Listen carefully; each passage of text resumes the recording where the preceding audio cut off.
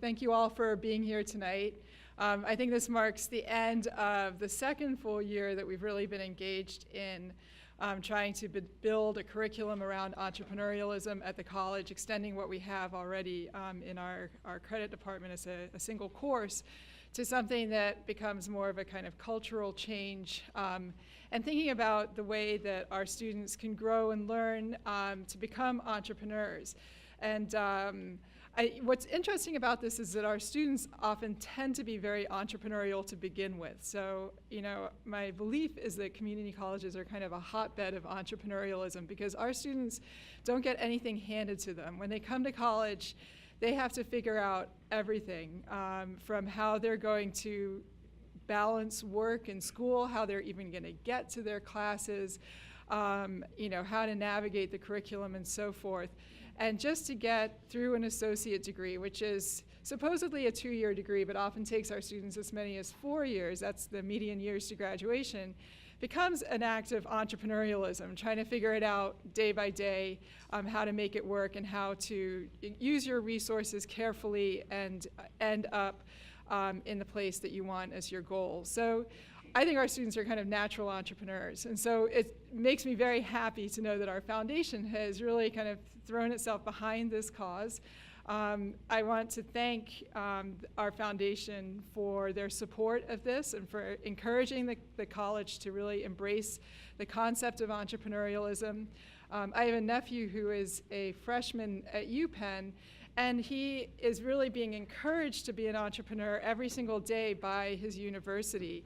And that's something that community colleges can do too, and our foundation has really recognized that in our community because our foundation is made up of people from the community and supported this. So I think that's really terrific. I also want to thank Tom Fela, who also has embraced this institute and took the time to go out to Kansas and learn about it, and then has devoted 2 summers now to working very closely with our students around developing their entrepreneurial abilities. And I'd also like to thank the 2 Steves, Steve Mercereau and Steve Warren, for their support of the students. They gave their time this summer. They're among our adjunct faculty and gave their time this summer to helping these students to develop and grow as entrepreneurs. As Vanessa underscored, the NCC Foundation is instrumental for the success of this program and also for the success of Norr Community College. People don't realize that our foundation gives out over $1 million of privately funded scholarships each year, is responsible for a $20 million campaign that built our health and life sciences building on our West Campus, is now engaged in a $5 million campaign in honor of their 50th anniversary. And we in no way possibly could ever be the college we are if it wasn't for the NCC Foundation. So I want to thank them tremendously for all they give to the college. It's also my honor to introduce our 5 judges this evening. And if you look in your program on the inside page, you'll see a number of folks from our foundation's Entrepreneurship Task Force that have been involved. And there are 5 with us this evening who are sitting in the front row. Debbie McLean, Vince Murphy, Howard Stecker, Chip Weismiller, and President of the NCC Foundation, Stuart Weismiller. Please join me in thanking them this evening. Ladies and gentlemen, I'm Tom Fela, and I've been the Sherpa guide on the side, helping these wonderful entrepreneurs. And I'd like to welcome you all to this wonderful night of presentations. It's going to be an exciting ride for you all. I want to say something about summer, the last 2 summers. I've been on a great journey thanks to you guys. You've done just a wonderful job. Most people go on long vacations to far off places. You've soared me to the heights. You're taking your dreams, you've brought them to life, and it's just wonderful to see that, and I'm looking forward to seeing you do great things. So with that, let's get on with the show.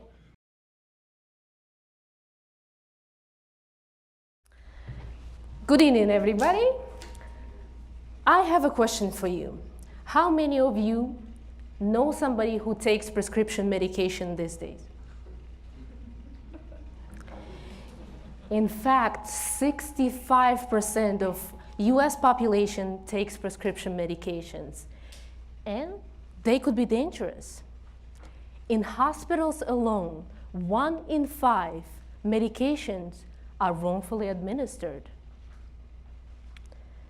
There's a new study which shows that medical error is the 3rd leading cause of death in the United States. If you think about it, it's every single day, at least 1 person dies because of the medical error.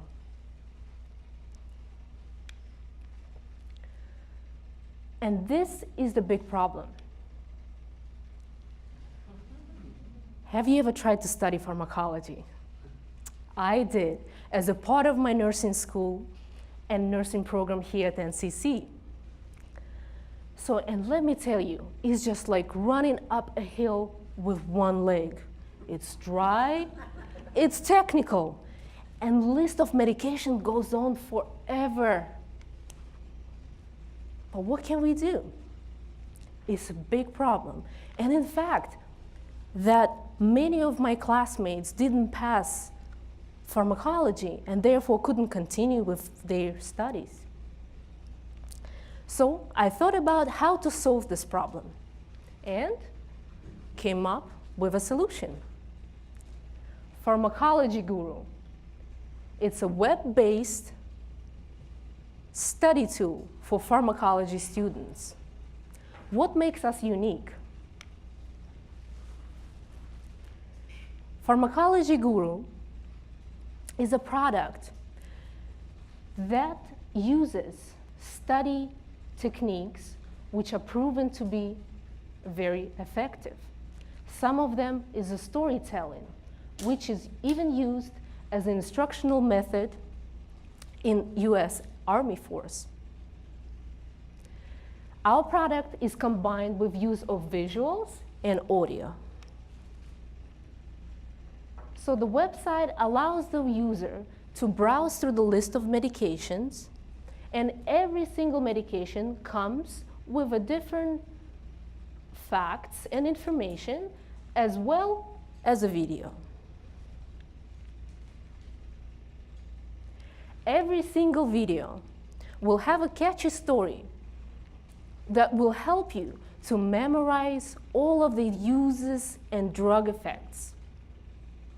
For example, etanercept. It starts with 2 letters, E and T. So it includes the alien ET. So he comes to a planet Earth, he comes to a planet human body and wants to fight against TNF army. And TNF is what causes rheumatoid arthritis. And etanercept is the drug to treat it. So the list of medications will be constantly updated. And our product is also very expandable.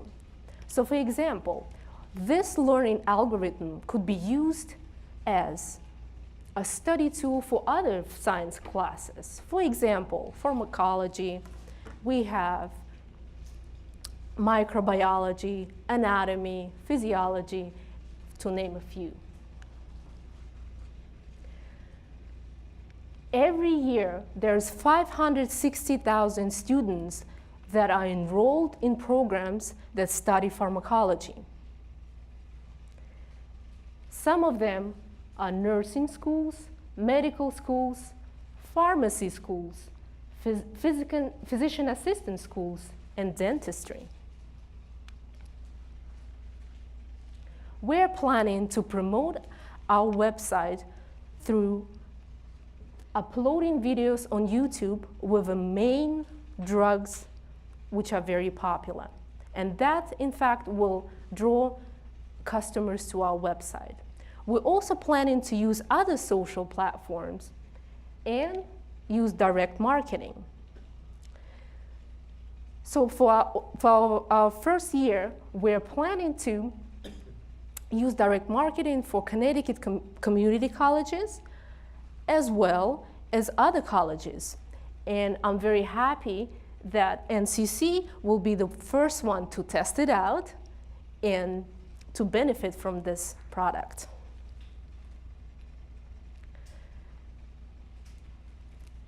So our product, access to a website is $15.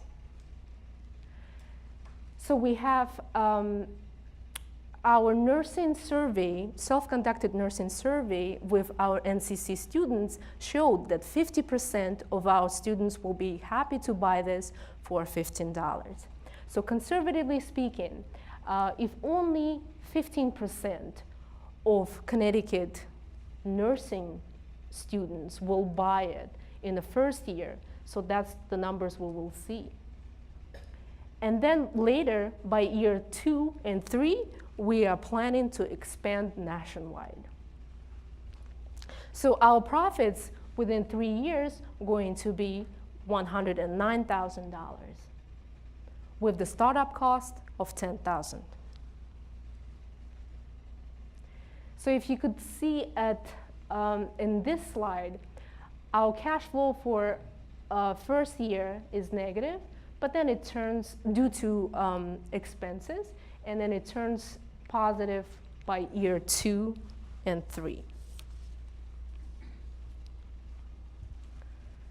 By year 5, we are planning to become a well-known and well-established company. And at that point, we will be seeking to sell our company to a bigger educational providers. It is clear that medication error is a big problem. When it comes to the health of you and your family, would you take chances? With your investment, we could assure that medical professionals will get the education they deserve, and you will get medication, a right medication for yourself and your loved ones. Thank you.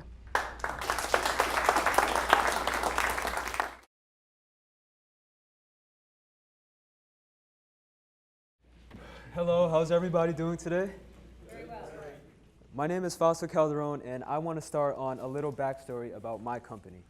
Mario's Home Improvement is named after my father, a very hard worker. Throughout the past couple of years, him and I have built a strong list of workers we know we can trust, and I feel like now is the time to start a home improvement business. So we are a bathroom and kitchen remodeling contractor located in Fairfield County. At startup, we will have 5 to 10 employees, and to further reduce our liability risks, we will be registered as a limited liability company, or for short, an LLC. So I see a problem in the home improvement industry. This problem is customer satisfaction.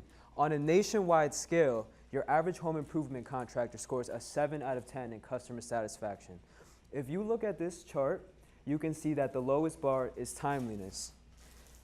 Usually, people have a big headache when it comes to home improvements, and a big reason for that is timeliness. I think that the reason for that is home improvement contractors fail to plan accordingly and execute their jobs properly. So what is the solution to this problem?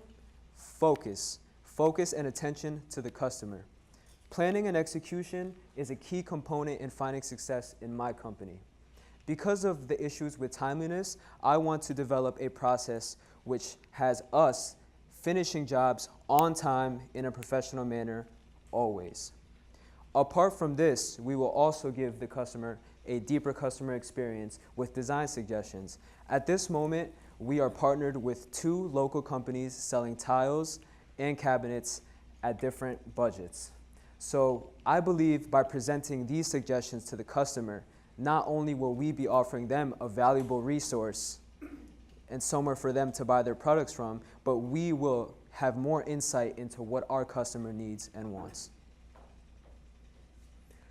So where is our target market? Our target market will be located here in Fairfield County. 74% of the homes built here are 30 years and older. They're in major need of remodeling. They're simply outdated. Many of the people that will be seeking these services will be families. As families grow, tastes change. Your average parent homeowner with a social media presence that likes to follow design trends and has a shared income of 80,000 or more will not only have the desire to remodel their kitchens and bathrooms, but also the money to be able to fund a great service that we provide. So how will we promote our company? Well, in this day and age, we live in two worlds, the physical and the digital. Starting with the digital side of things, I have recently built a website that I'm currently trying to drive traffic through using search engine optimization and paid search. Social media is also a very effective tool in campaigning to our customers while simultaneously showing them our value and our brand. We will use websites like classifieds websites and leads websites like Craigslist, Angie's List, GoDaddy, and Home Advisor because they are also very good at connecting us directly with customers that need specific services done. On a personal level, it is very important for us to carry business cards on us because we never know who may be a potential customer. Word of mouth is very important. Outside of areas that we do work in certain neighborhoods, we will put out signs so people in the immediate neighborhood could see that we are doing work there. This will not only make them more familiar with our company, but give them a sort of trust because they see their neighbors working with us. As we grow, we would like to eventually develop a small group of people who we would like to spread through neighborhoods to canvas. They will be asking questions, surveys, giving us a good idea of who they are and what services they need. Then we can offer them free estimates and potentially land a contract. So here is our financial sheet for the next 3 years. As you can see here, in 2016, which is this year, we will need an initial investment of $10,000. This is to keep our cash flow positive throughout the year. We will experience a negative cash flow from January to September, but after that, we will start to see a positive growth in revenue. Year 2 will continue to see a positive growth in revenue, while in 2018, we will use the money that we earned from the past 2 years to further increase our team numbers and buy a new truck and more supplies. Our payment system basically works like this. At the signing of a contract, a client will pay 50% upfront and 50% at the end of the contract. This is to assure us that we have the funds available to pay our two biggest expenses: 1, labor, and 2, material. Another strategy we will use in order to soften these expenses is we will choose to pay 50% cash for our materials and 50% credit to be paid in later months. So I have a dream of growing our business into a local franchise that not only operates in the Fairfield County area, but in the county surrounding. We will still focus on bathroom and kitchen remodeling, but as you know, homes are being built at an increasing rate around our area. So there are builders who are going to need people to completely remodel interiors, and that is an opportunity that I want to pursue in the future. Because of my passion for this company, my family's passion for this company, I want to be able to pass this down to the next generation. I want my kids to share in the passion that I have and want to take this for them. So I believe this is a very smart investment for you, not only because we have the resources and the intelligence behind it, but the passion. I've learned from my family that passion is a very important thing to success. I want to thank the Fast Track team because without them, I wouldn't be here today with the confidence and the knowledge that I have. I want to thank my classmates for pushing me forward, giving me the positive criticism that I needed, and most importantly, my family and my father. My father has been a great influence on me, and I can't wait to start this business with him. Thank you, everybody. I hope you enjoyed it.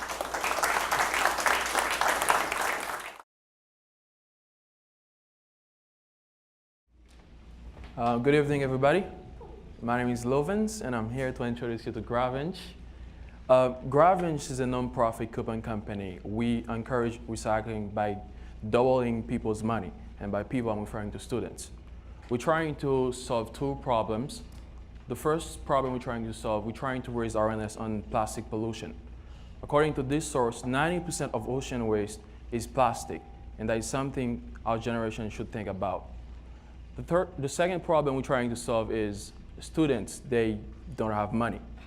And we're trying to offer a second source of income for full-time students. What do? Basically, when someone does recycling using our service, instead of giving you 5 cents, we give you 10 cents per bottle in terms of coupons. So meaning instead of, when you recycle 100 bottles, let's say you recycle 100 bottles, we don't give you $5, we give you $10 of coupons, and then you can use those coupons to shop at bookstores, cafeteria, or any retail stores that are approved by our company. There are many ways you can benefit from using our service. Basically, a student can just walk in and then recycle a bottle and get 10 cents in coupons for it. Or the student can sign the Green the Blue pack. Basically, what the pack does, when you sign the pack, you are guaranteed to receive $36 in cash at the end of each month. The way it works is, when you sign the pack, you agree to recycle 20 bottles each week and get 10 people, 10 friends or family, to recycle 20 bottles each week.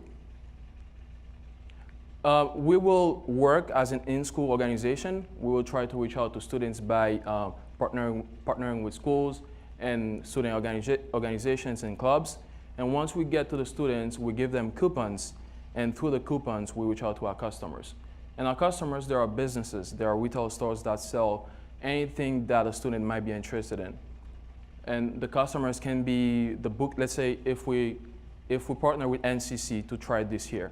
So the customers can be the bookstore here, the cafeteria, it can be Walmart that is down the street, and the student will be able to use the coupons at those stores.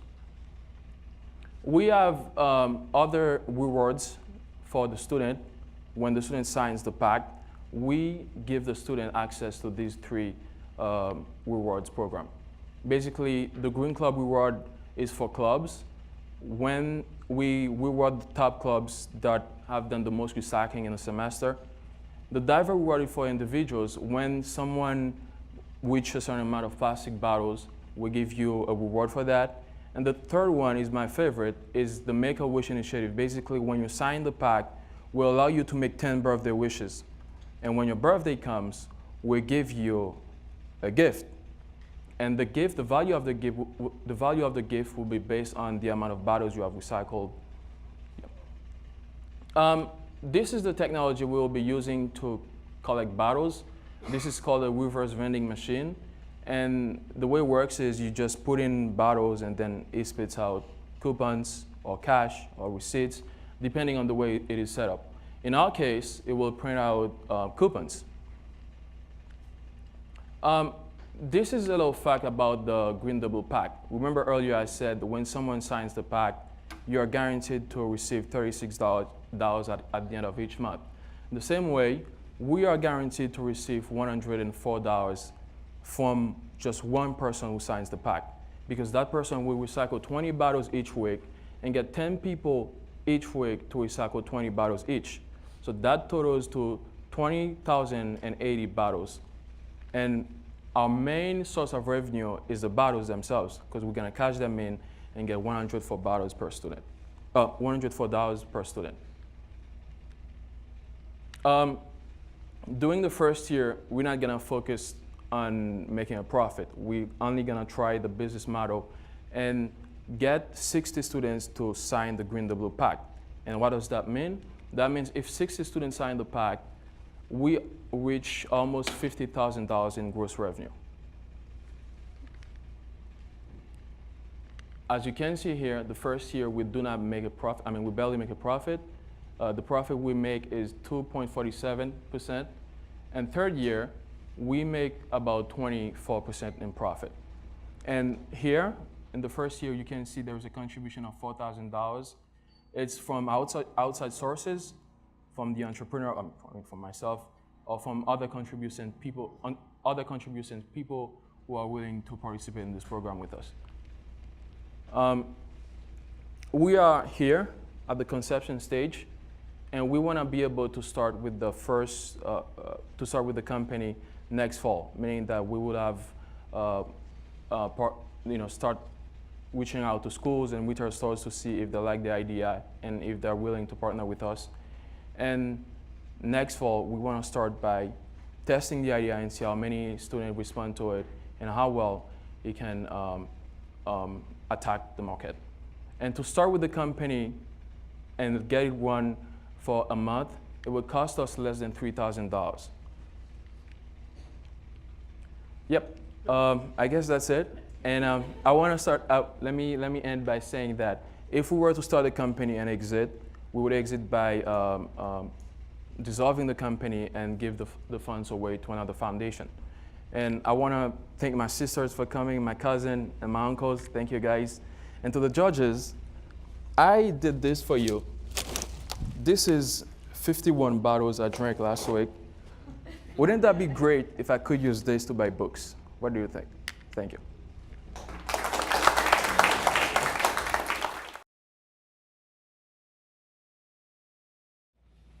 Hello, everybody.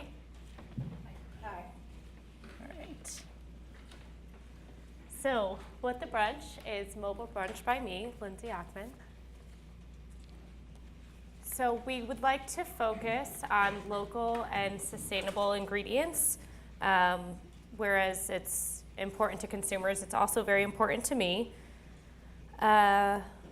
Put simply, what sustainable means is meeting today's needs without sacrificing resources for future generations. In addition to breakfast being a growing trend, it's also one of my favorite things to cook. So here we have a little bit about my past. I've worked in the restaurant industry for 13 years. I started when I was 14 at an ice cream parlor, Mr. Chubby's in Norwalk, if anybody's familiar. I also went on later at 21, I worked for CB5 Restaurant Group, which was a national consultant group, and did a service training program for them. It taught me a lot about the industry, gave me a lot of passion about food. In addition to knowledge and passion about food being very important for a food truck, being good with social media is very important. Social media is used to let your customers know of your whereabouts, so Facebook to tell them what events you'll be at, and customer service guru from managing various restaurants and doing customer service both in person and through social media platforms.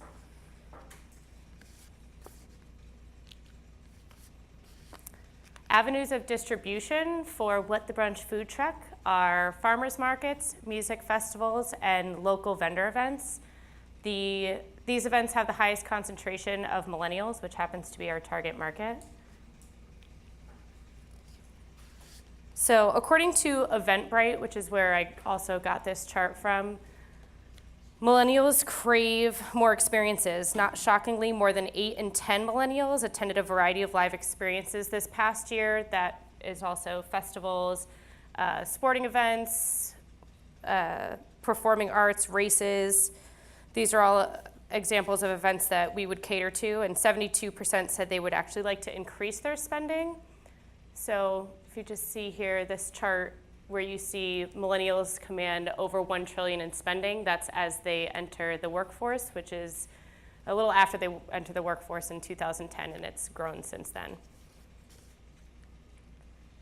In addition to the focus on local and sustainable foods being important to me, consumers say, 68% to be exact, say that they are more likely to shop at restaurants serving locally sourced foods. Millennials are known for their passion for food, so this truck will function in ways that appeal to them. Many young adults are concerned with sustainability, so this will be a huge hit at millennial-centered events. In research, I found an article written by CT Bites, and it was about the top 20 food trucks in Fairfield County 2016 edition. And in that, of the 20 food trucks, only one was serving locally sourced ingredients. That was a pizza truck, and so I would assume that that means a breakfast and lunch truck would do pretty well if they're the only one around. Breakfast is a growing trend. Nearly 3/4 of adults wish restaurants would offer breakfast items throughout the day.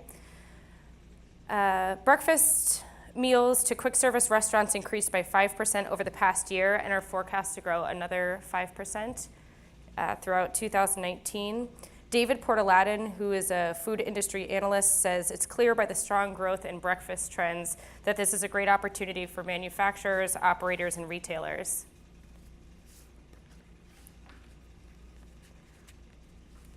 So some advantages of a food truck opposed to a brick and mortar restaurant are the low entry barrier. So a food truck, like the one that I would like to do, costs about $50,000 to start up, opposed to, on a very small scale of a restaurant, would be about $120,000. Adaptability, so obviously it's on wheels. It can move around to where the business is. Cost-effective delivery methods. So after you capitalize on what you can in the Northeast during the summer, you can bring it down south and keep it moving. So in my research, I found that actually in San Antonio, Texas, and in Orange County, California, are among the lowest food trucks per person. So those are some examples of places to go that would be profitable. So this is for the expenses. What we hope to see in the first year is a little less than the following 2 years. The first year is based on working 7 months. So that will be, I'll attend culinary, be out of culinary for next summer to do the food truck. I already have a following at these events. I do jewelry currently, so I already have connections with a lot of these different farmers markets and festivals and whatnot, so I'm fairly confident that I'll get into them pretty easily with a food truck. So that's based on 7 months. In year 2 and year 3, you expect to do more. Once you have a bigger following, you can get into larger events, festivals, and whatnot, and also get into catering. So catering is definitely a lot more profitable. You know exactly how much you need. There's no waste. And yeah, that's it.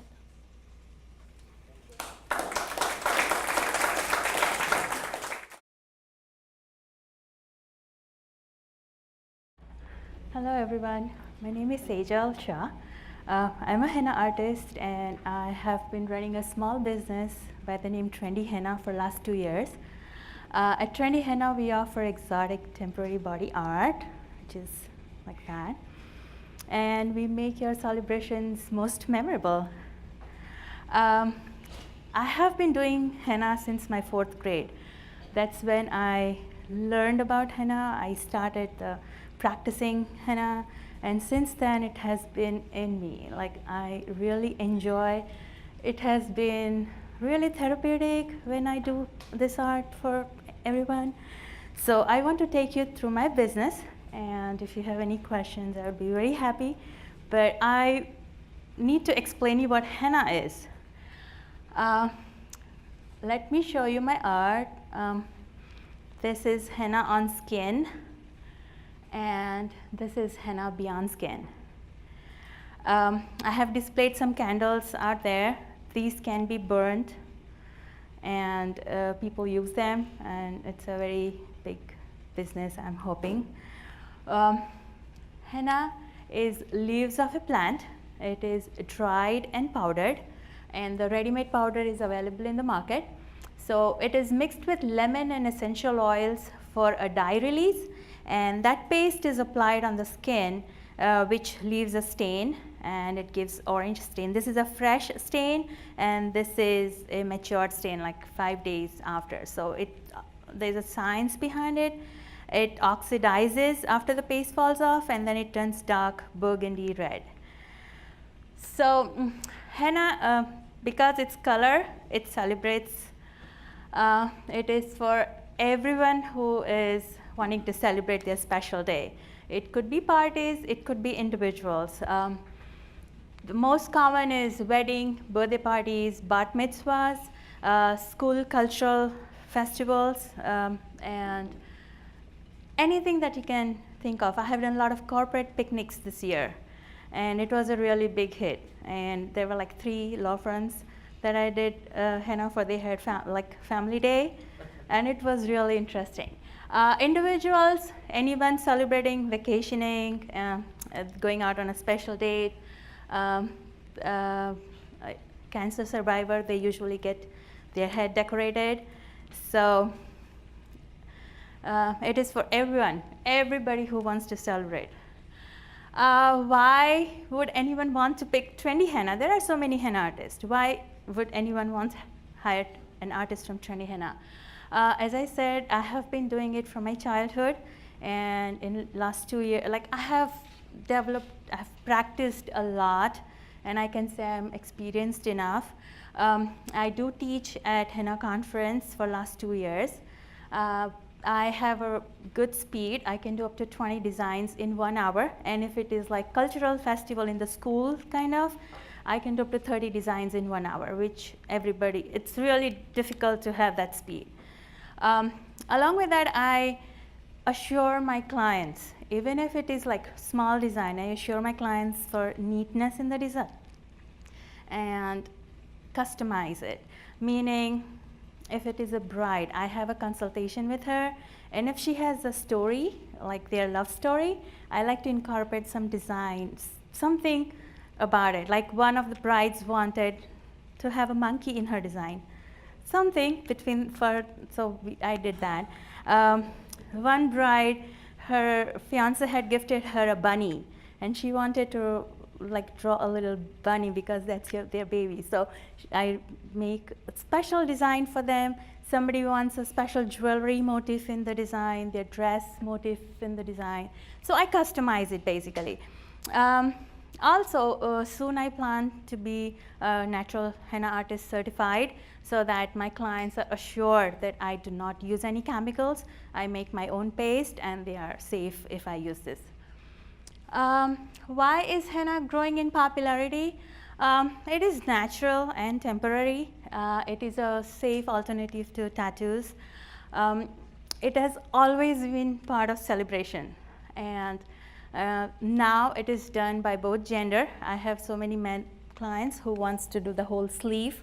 They do Polynesian art, they do skull, they have dragons, and I can do it with henna. There are so many different styles. It could be a Moroccan design, it could be a Gulf design, it could be traditional Indian design, it could be floral, Arabic, skulls, sugar skulls, dragons, whatever they want, I can do that. And after all, henna celebrates fashion. This proves it. There are so many celebrities who have got henna done, and Beyonce was the latest one. In March, there was a video released, and she had this henna done, and I received at least 15 phone calls. Can I get something like what Beyonce has? Do you do something that Beyonce had it? And from those 10, I had 7 clients who came to me, got that done, and a birthday party from there. Also, other than celebrities, if you see, this was at Times Square, I saw on a billboard, Apple and Verizon, and they showed the henna design, and it says this shot was shot on iPhone 6s. So they are promoting, I mean, indirect promotion, but it's getting popular. People are knowing what henna is. How I promote my business, it has been only 2 years. So I have been doing mostly social media. I have a very active Facebook page and Instagram. I do participate in a lot of festivals and craft fairs, and I distribute flyers and brochures at the festival. And most popular is word of mouth and referrals. When I used to do it as a hobby, I did so many henna, like a lot of people got henna from me. That was all totally free. But then now they know that I started a business, and they have been spreading word for me a lot. And this year was, I would say, most of my business, 50% was through word of mouth, and I'm very happy about it. This is what my clients have to say about Trendy Henna. These are just a few words that I picked up from the reviews on my Facebook page. And I feel very happy and proud about what they write for me. And this is my plan. As I said, henna celebrates fashion. It celebrates culture, and I want to connect with the event planners. I have actually already started sending out letters to the event planners.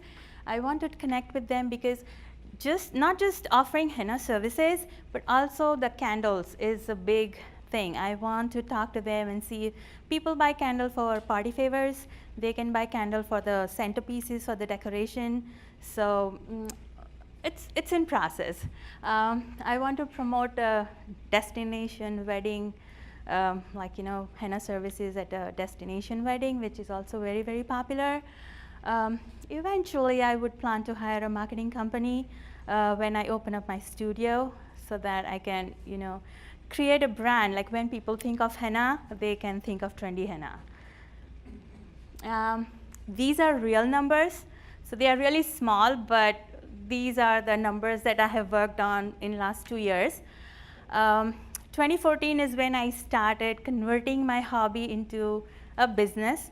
So the numbers were pretty low, and then once I started spreading word that I am starting the business, and if you have people who want to get henna, it has gone up, and this year has been really, really successful, and I'm hoping for a very high graph in the coming years. These are my plans. I am offering henna services right now. I am selling candles on a smaller base. I want to expand that. A few years down the line, maybe 3 to 4 years, I want to have my own henna studio where I can serve the celebrities in the Northeast. That has been my wish for last 5 to 7 years, but it takes time, to establish. So another 3 years, and I think I would want to have a studio specializing services for the celebrities. Also, as a henna artist, I can do only limited hours of work. So I want to hire subcontractor henna artists who are willing to offer the same quality of work, and with a percentage share. And when they work for Trendy Henna, they would also sell the products and benefit from there. And these are also pretty good numbers, and I feel very proud, individually, with very little word of mouth is what I made this. And the profit margin has been good. I was able to reward myself this year a little bit, but I also started participating in some conferences. There are a lot of henna conferences that happen in the United States. So I participated in one in California and one in Rhode Island where I teach. Also, I started investing in the supplies because I want to make henna kits a big hit. People buy henna from Amazon. People buy a henna kit from the bookstore. But that is not like really fresh henna. We don't know how long it has been sitting there. So I have started investing in supplies and all, and I think I'm doing pretty good. I'm thankful. In long term, I want to do henna as long as I can, and when I think I want to retire, or I want to limit the henna services, I want to transfer my business to my daughter, Khushi. She is a henna artist. She is learning henna every day with me. So, and then, when she grows and if her goals are different, then I want to continue with henna camps as long as I can and train other artists and see where it goes. It's a cultural, a culturally brought up concept, which has become a big fashion now, and I want to continue as long as I can.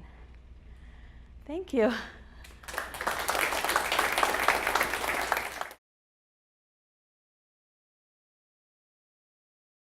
Good evening, everyone. My name is Aprajita. As you can see, I'm the last one, so my nervousness is six-folds. So please forgive me if I stumble. My business idea is to start a preschool. The name of my company is Xylem Education, and the name of the school will be Roots to Wings. I'll begin by telling you a little bit about my story. That's my son, Ahan. When he was 3.5 years old, he got diagnosed with autism. So the the biggest difficulty that people think is about a parent accepting the disability that the child is going to have in the future.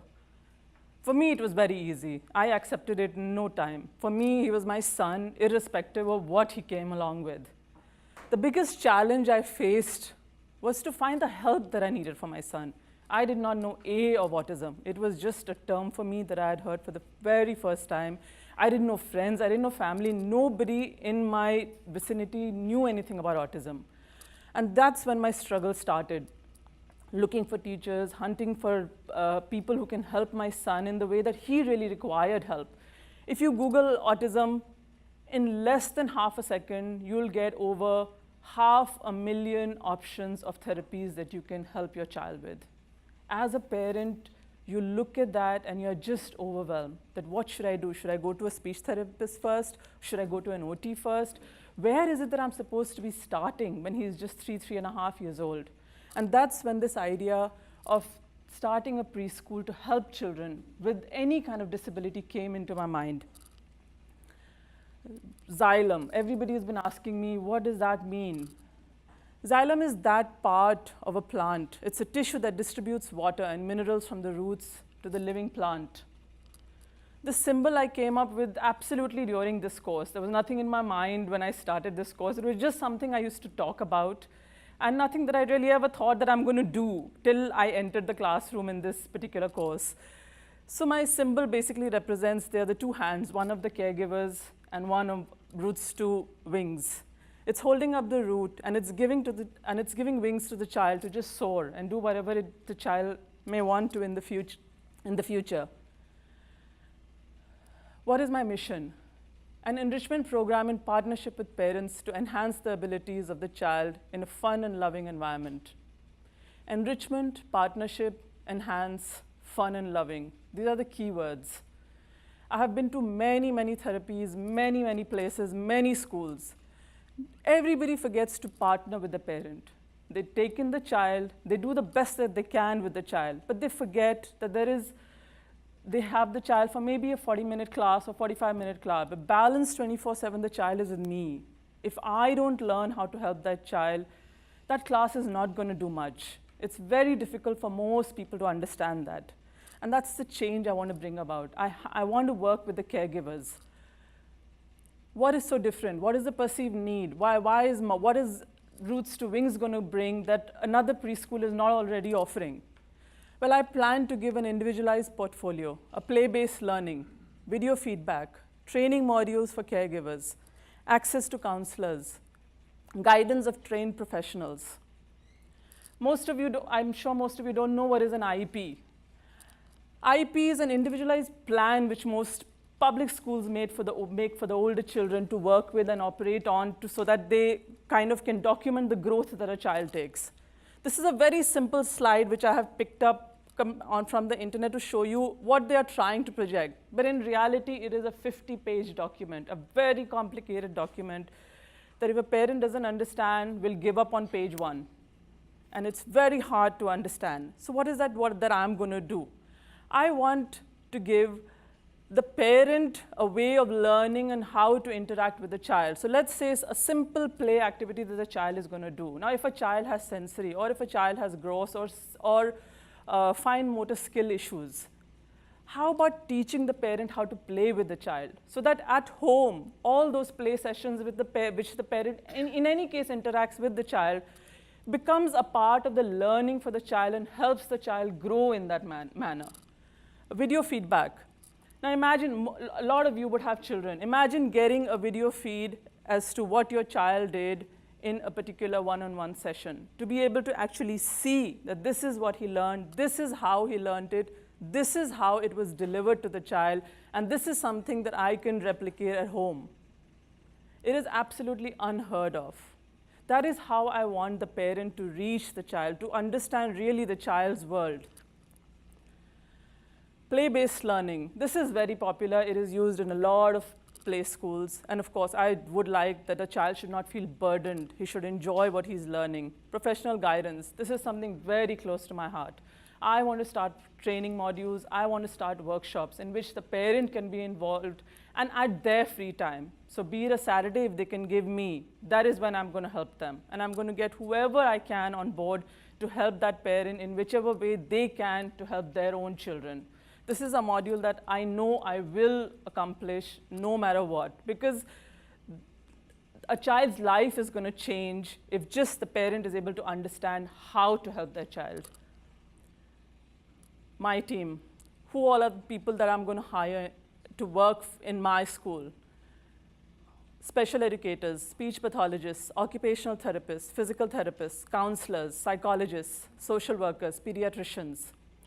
Now this list looks extremely heavy and extremely long, but what is it that I have planned to do is I have already started doing it, started talking to people who have recently retired. So they don't want to work full time, but if you ask them that are you interested to work maybe 5 hours, maybe 10 hours a day, most of them are on board, ready to work with you, ready to make that difference in people's lives. Another set of people who are ready to work is, let's say there is a speech pathologist sitting in Western, has 40 hours in the week to spare for work, but has clients only for 20 hours. 20 hours she's sitting absolutely free with no clients. Those people are absolutely ready to come on board, and I know that those people will not charge me at the highest rate possible because I'm filling in a need for them as well. So it works both ways. For me, that I get a professional who's absolutely trained in the job that she does, and for her, that she is getting some business on board which is reaching her at her free time.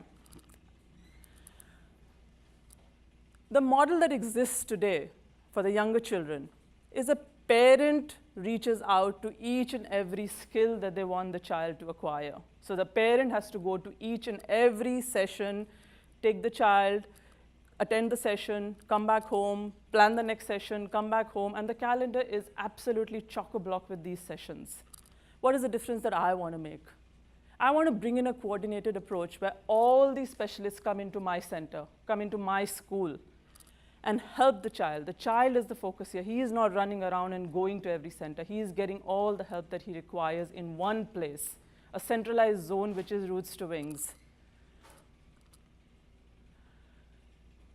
We're talking about market potential. The simple graph is going to show you the gap that exists today. What is happening? In 2002, I'm giving you figures only about autism. I don't have the figures about all the other disabilities. This is something I'm very familiar with, so I thought I should share it with you. In 2002, 1 in 150 child was diagnosed with autism.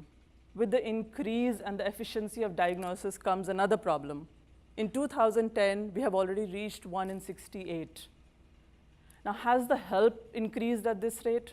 It hasn't. Children are just slipping through the cracks because there is nobody who's pulling them out and giving them the help they require at the time that they require it. Why does Roots to Wings, what is the competitive advantage that it gets? Early intervention is much, much, much better than later remediation. Somebody can argue that, of course, all the public schools have this whole setup that you're talking about. But our brains grow to 90% by the time we reach age 5. And no child reaches a public school system at age 5. I want to catch them when they're 3 years old. I want to give them that help when their brain is still growing, it's adapting, it's learning. And that is what this place is going to do. Liabilities and risks. There are lots of licensing rules that I'm new in this country, but I'm beginning to understand. And I'm going through each and every license, studying it, what is required, the place to children ratio, there are lots and lots of details that I need to go through, and I'm trying to slowly understand how it is done, and I'm going to acquire all the licenses that are required to run a school like this. So how will I promote it? Social media, which has become the #1 option, word of mouth. I'm going to do orientation programs for parents in my region, give it to pediatricians in my region so that they understand the services that I am there with. So that they in future can talk to parents who they feel that if their child needs help. Parent and child magazines and flyers, which I can deliver to every person's home in the vicinity. Expandable and adaptable. So what I intend to do is run workshop for parents, obviously have a preschool, which will be the base, an after-school program. Why do I want an after-school program? After the age of 5, the child is going to leave me if I have a preschool and never come back to me. But if I have an after-school program, the child can come back to me, and I can keep on working on that child and help that child in the future going forward. A hands-on training modules for parents who are interested in learning how to work with their own child. Give them training when I'm working with the child. A sports program. Most of the developmentally delayed children have a lot of issues with gross and motor. And because the school curriculum is so hard, most of them skip out on the fun that you need to have. So introduce sports to them at an early age. And license. If I see that this model works, license it, copyright it, and try and promote it to other places, to other schools who would like to adopt this kind of a model. My financials, I've tried to explain it to you. I mean, I would like to start a school with 16 children, a permit of 16 children. I've tried to keep it very conservative. In the first year, I'm expecting to have 5 children. In the second year, 10 children. In the third year, I would like to run at a full capacity of 16 children. A very competitive rate of charging is $400 per week per child. So that is what I'm targeting to do. And these are all the rest of my expenses. In the first year, I'm going to run at a loss. Second year, I will kind of break even. And third year is really when my model should take off, as per my projections. I would not like to ever sell my business or exit out of this. I mean, this is something that I really thought about as an exit strategy. I mean, I thought hard, and I would like that this is a legacy that I leave for other people to follow, to carry it on. But if at all something happens and I have to exit, then I would still want it to continue by somebody internally buying it out for me, and somebody else just continuing it anyhow, because the children need this to work for them. And before I end, I would like to just read something to you that I found over the internet some time ago, and I changed it a little bit to suit me, and so I would like to share it with you. It's called The Starfish Story. It matters to this one. As I walked along the seashore, this young boy greeted me. He was tossing stranded starfish back to the deep blue sea. I said, "Tell me why you bother. Why you waste your time this way? There's 1 million stranded starfish. Does it matter anyway?" And he said, "It matters to this one. It deserves a chance to grow. It matters to this one. I know I can't save them all, but it matters to this one. I'll return it to the sea. It matters to this one, and it matters to me."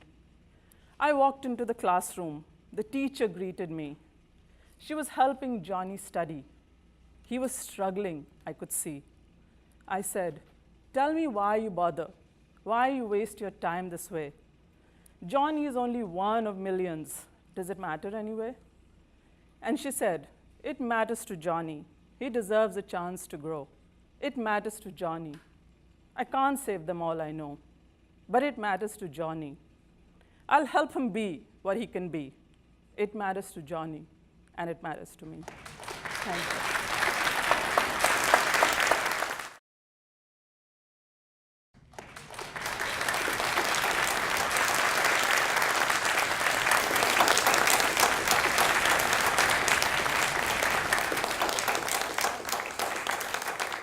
My son got diagnosed when he was 3.5. A year into the diagnosis, I knew that I wanted to start this, what I'm talking about right now.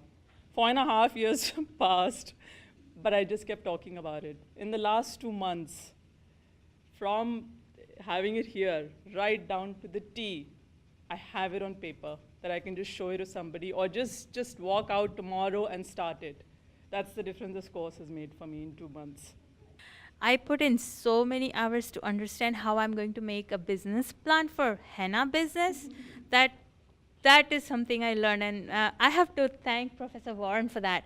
If he had not recommended this course, or if he did not bring it to my notice that there is something like this happening, I would have never attended this program. I would have never been challenged in the way that I was with this class to do all this research and to get all this market analysis on just the industry itself, and all of these websites and different avenues I found for information are constantly putting up new trending things, and I'll be able to use them forever, and I really appreciate that. I think the biggest surprise that I've had taking this class is how readily available all the information is for us. I thought that being a successful entrepreneur, you kind of needed some insider knowledge, but I really trust that the internet now has everything on it because everything was on there that I needed. You know, it's not enough to just say, okay, I'm going to start a business, but you want to know what it takes, the financials, all the details that come along. And thanks to the program, I was able to know all that. I'm really thankful to NCC and to NCC Foundation, to our wonderful staff. And then I'm so speechless to have available so many people, because I think the most important thing, all of this information, you could find it online.